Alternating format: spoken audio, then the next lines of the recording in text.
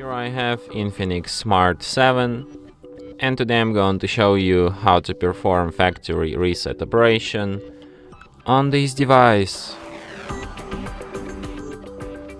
So firstly you should go to settings, then you should go to the system section,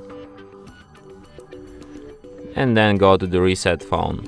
Select erase all data, then select erase all data, tap it once again, and after that device will be restarted in about a minute or two.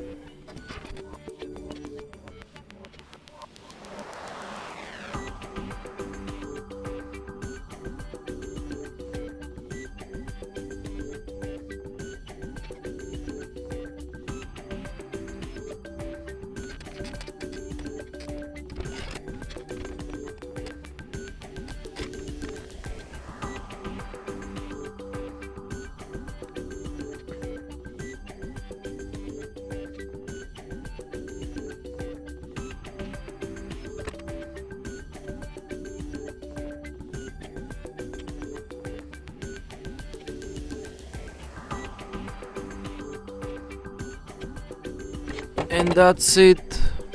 Thanks for watching. If you find this tutorial useful, don't forget to hit that like button and subscribe to our channel.